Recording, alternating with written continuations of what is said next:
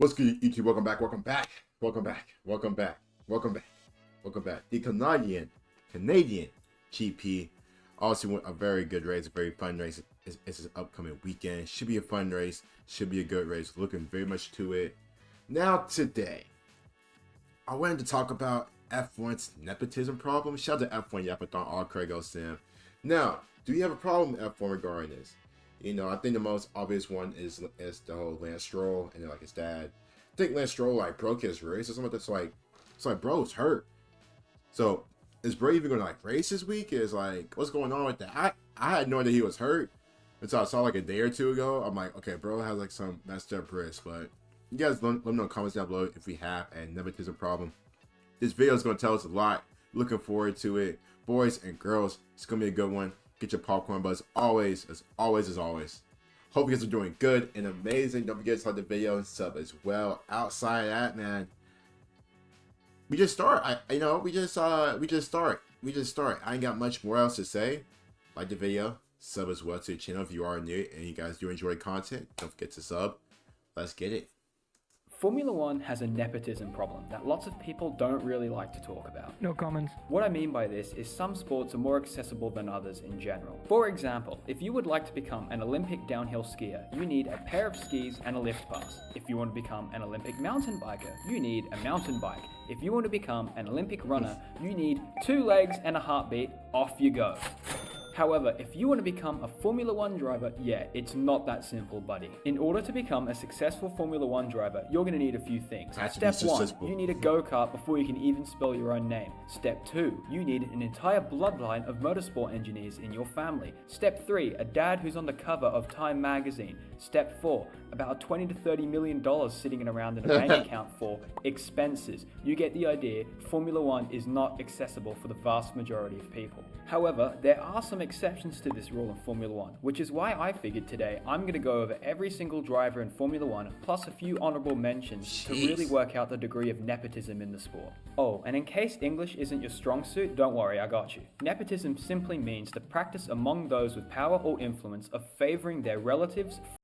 So if you guys didn't know, obviously if you guys watch the basketball, the NBA, obviously LeBron James' son got drafted to the Lakers. That's the same team LeBron plays on now. LeBron is known as the greatest player of all time in a lot of people's eyes. But his son, he's all right. He's nothing crazy, but he's all right. So a lot of people felt that every team who passed on him, basically entering the draft, and the draft is where, teams select a player to play for their team. You guys see in American football and whatever. He went to the second round, pick 56. Something like that, and every team passed up on him because everybody knew he was going to the Lakers because that's where his dad played for.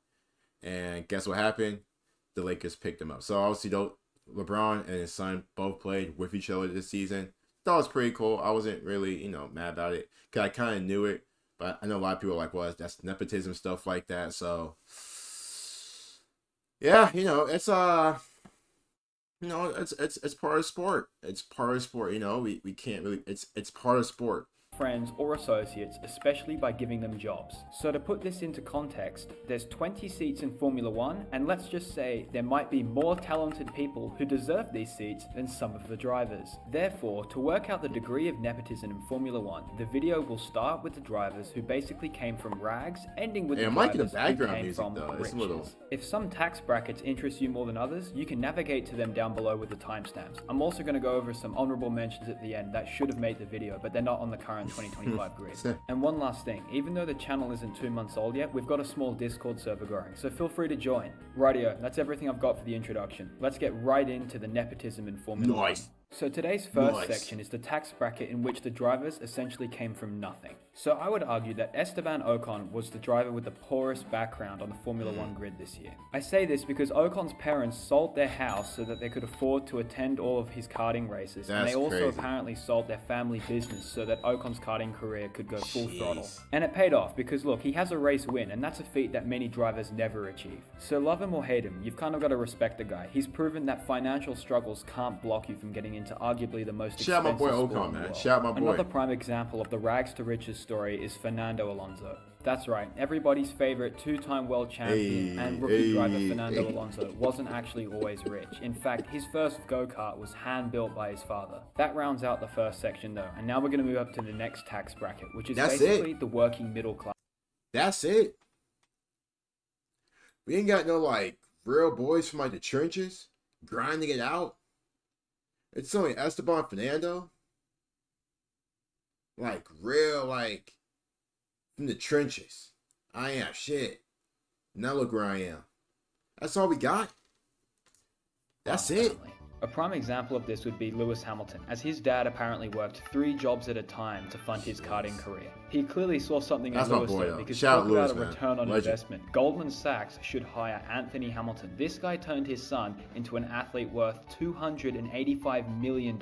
That's pretty crazy. This is brilliant, but I like this. Another driver that blends pretty well into this category is Liam Lawson. Now I don't know too much about him, but I do know that his family sold their house to support his racing career, which is just wild to me. What? I say this because if I made a Google Slides presentation and showed my parents 10 years ago on all the reasons why I think I would make a great F1 driver, I think it would have lasted about 30 seconds until they say, yeah, next time, buddy. I mean, seriously, selling your house on the fact that your son could be a Formula 1 driver in the future is just glorified gambling, if you ask me.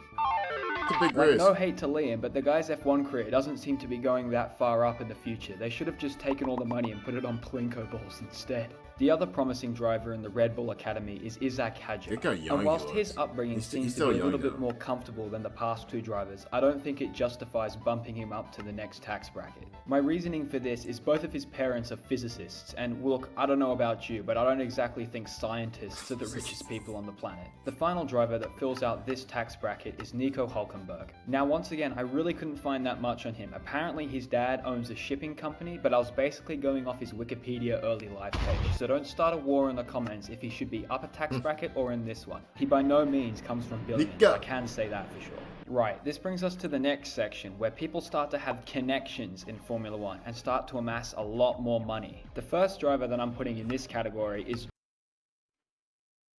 Okay, so they were just playing golf. I know that's kind of like some background stuff, but like, what if they messed up and like the ball hit somebody in the face? Yeah, just trying to look out. Pretty much it.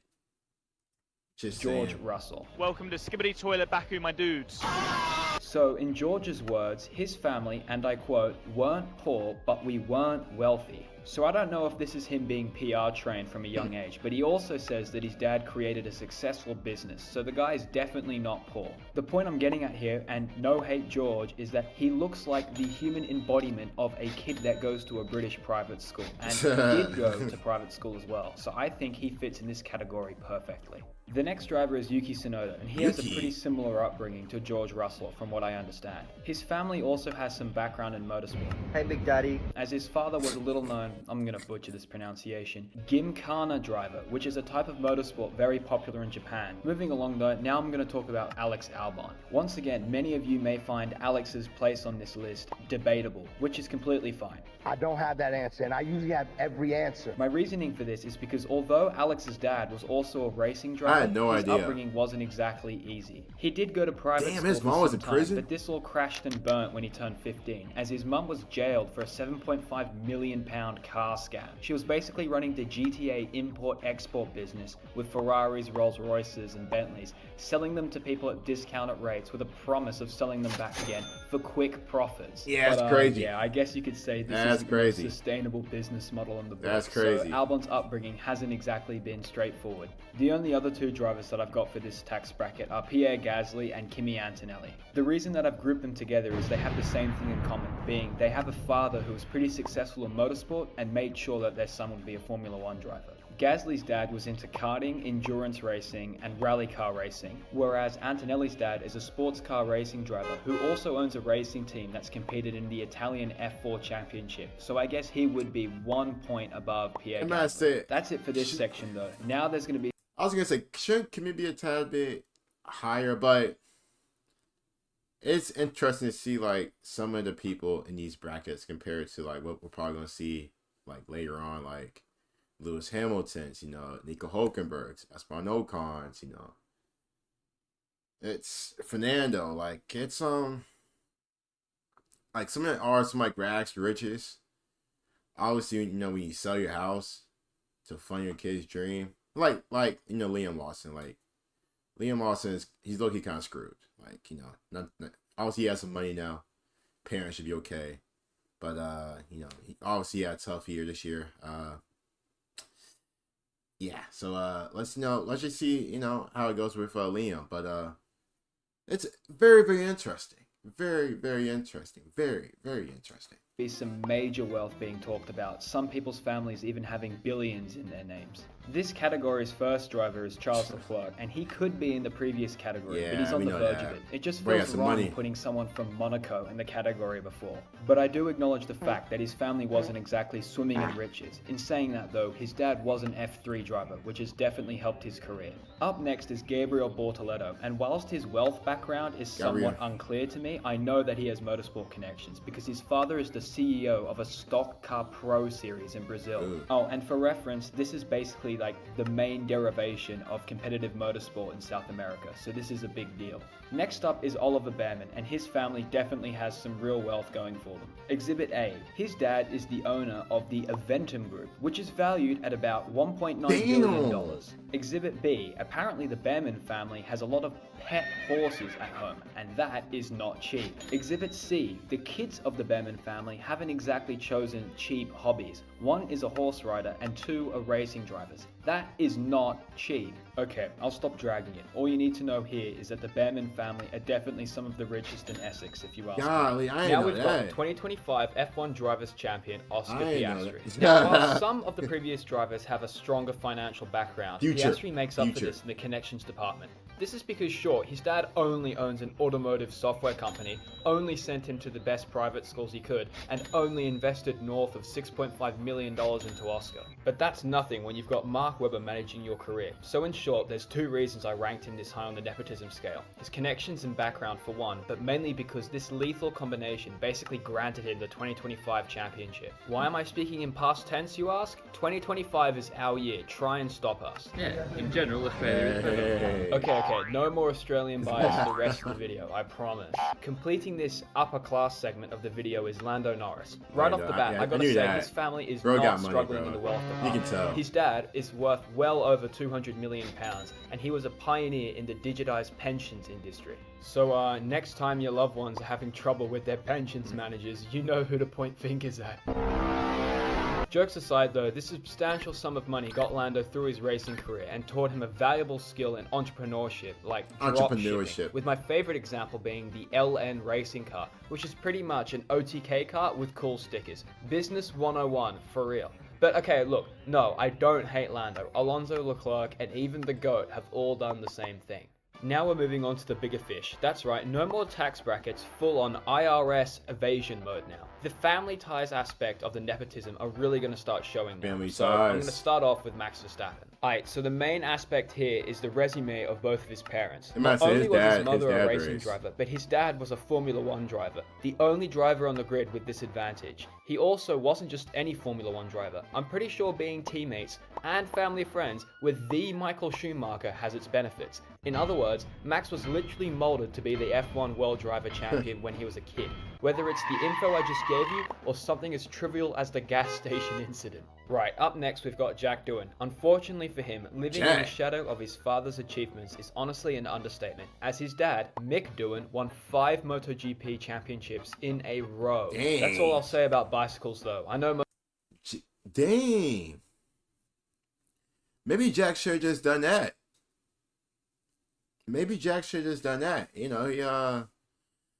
He probably has some bit more success, but Jack probably should have just done that, man. Most of you agree with me that fast cars dominate fast bikes. Point being, many argue Jack Doohan's seat in Formula 1 is largely due to his surname, and I have to agree with that. A very similar case can be made for Carlos Sainz too. Yeah, his daddy's a race too. Simply put, there's a reason his name is Carlos Sainz Jr. Granted, he's a multiple Formula One race winner and drove for the most prestigious team in F1. Fair enough. However, a lot of his opportunities in his racing career are thanks to his father, Carlos Sainz Sr. He is arguably one of the greatest rally drivers to exist, and similar to Mick Doohan, I'm certain that his LinkedIn network greatly aided his son into climbing the ranks to an F1 That makes seat. sense. But there you have it, my nepotism ranking for all 19 drivers. Emphasis on all 19 Number drivers. one. The recipient of my number one spot shouldn't be described as a driver. I prefer the term seat occupant or wasted space. I'm pretty sure you know where this is going. Rather than a not so fresh, overdone, beating a dead horse styled hate segment, I'm just going to be brutally honest. If you've watched this far, you probably know by now that sure, nepotism does greatly influence the Formula One grid. However, I'd say majority of the drivers can escape this label through their accomplishments. You know who hasn't though? In fact, scratch that. You know who physically cannot and will not beat the allegations? Ladies and gentlemen, How I much weight is present that? you Lance Stroll. Very happy. Can't get a seat in Formula One? No problem. Buy a team. Can't win? No problem. Rebrand the team and buy all the options. That's what you get. I'm sorry, but I don't know if I ever said it about Aston Martin and like Lance Stroll and whatever, but if your dad buys a team, right, or parents, whatever, if you have a family member who buys a team, but y'all been mediocre for a while now, you would think if I'm buying a team, I'm going to bring success with it. Now, as long as dad is in charge, Lance Stroll isn't leaving Aston Martin. I said it before. I don't think Lance Stroll will ever leave Aston Martin because his dad basically is his team. But you would think though. You would think. You would think though. But sometimes you get in these situations, shit goes left. You thought it was gonna be good when you brought the team, shit went left. Now, is there time to change that? No. But you never know. You never know. But Lance Stroll is probably the easy example of nepotism. Not just in Formula One, but in sports. Because you talk about somebody who is absolutely mediocre. Absolutely mediocre. And he probably doesn't deserve a right to be in F1, but he won't leave. Ever. Hey, man. When you're born on some private jet with an offshore bank account in some BS tax haven. Am I jealous? I'll let you decide. Trade offer. You receive $1 million, but you need to change your legal name to Lance Stroll. Hard pass, mate. Anyhow, I don't want to be a broken record, so I'll stop here. One thing for sure is that his name is engraved into the F1 history books. Most race starts without a fastest lap, and most Q1 exits in F1 history. Congratulations. Hey, bro, look at that. That's a joke. That is awful. Awful. Congratulations, Lance. Okay, so I guess that's every driver on the 2025 grid ranked regarding their, how should I put it, reliance on nepotism? That sounded better in my head, not gonna lie. I've still got some honorable mentions though. Okay. In addition to the My boy surname Danny club, would Rick. have to be Mick Schumacher. Now I know this is a delicate subject and I'm not trying to offend his die-hard fan base because believe me, they do exist. All I'll say here is that if my dad also won 7 Drivers' Championships, I would also expect a fast pass to Formula One. On that note, a similar instance would have to be that of Monaco-based YouTuber Nico Rosberg. That's right, even though he's the only driver in F1 history to beat both of the 7-time world champions in equal machinery, he did have some help getting there. What I'm referring to is the fact that his dad was also a Formula One world champion too, so that definitely helps. In saying that, fair play to him. He won his 2016 championship in equal machinery. Right, for the next driver, I'll dip into Billionaire's Row. Who remembers Nikita Mazepin? God. Exactly, point proven. If your memory is rusty, Nikita was the clown who only got an F1 seat because his Sorry as Russian hell. oligarch dad Sorry bought as him hell. a team. However, no degree of nepotism could save poor little Nikita from the wrath of, Aggressive expansion. yeah, I don't want to get taken down, so I'm going to stop here. Basically, Nikita didn't acknowledge the Political and economic state of the world right now. and he lost his seat. Another driver born on a Boeing business jet also happens to be an F1 legend. In fact, let's play a game of Guess Who. He once my overtook goat. Perez, Hamilton, My Russell, boy. and an Aston Martin in a single corner. He placed first in an official F1 session too. Final clue, he's more commonly known as a hollow-horned mammal. My The God. driver I'm talking about is none other than Nicholas Latifi. However, Yes, even the sir. GOAT was boosted by his fair share of nepotism, My as goat. his family may or may not be worth a few $1 billion. Doesn't matter in my eyes though, his family's wealth is essentially equal to that of the Strolls, and I don't know about you, 3.5. but there is a clear winner in my books. On a more serious note, the very last driver I'll talk about today is Kimi Räikkönen. He is the definition of talent. To put this into context, the guy came from almost nothing. In fact, apparently when faced with the choice to install a toilet in their house or continue Kimi's karting career, the Räikkönen family opted to continue using an outhouse. Kimi's dad was his mechanic and even built Kimi his kart. And the rest is just know history. it stink. Kimi became an I just F1 know world it stink. champion from just about nothing, proving that you don't need to be a nepo baby to win. That brings me to the outro though. If you have to walk away with just one thing from today's video, it'd be that whilst nepotism clearly plays an important role in the dynamics of the Formula One driver market, there are always exceptions. In other words, whilst You're not Formula that One guy, will pal. always be quite You're an not that exclusive guy. sport, I'm confident that from time to time, talent can outweigh nepotism.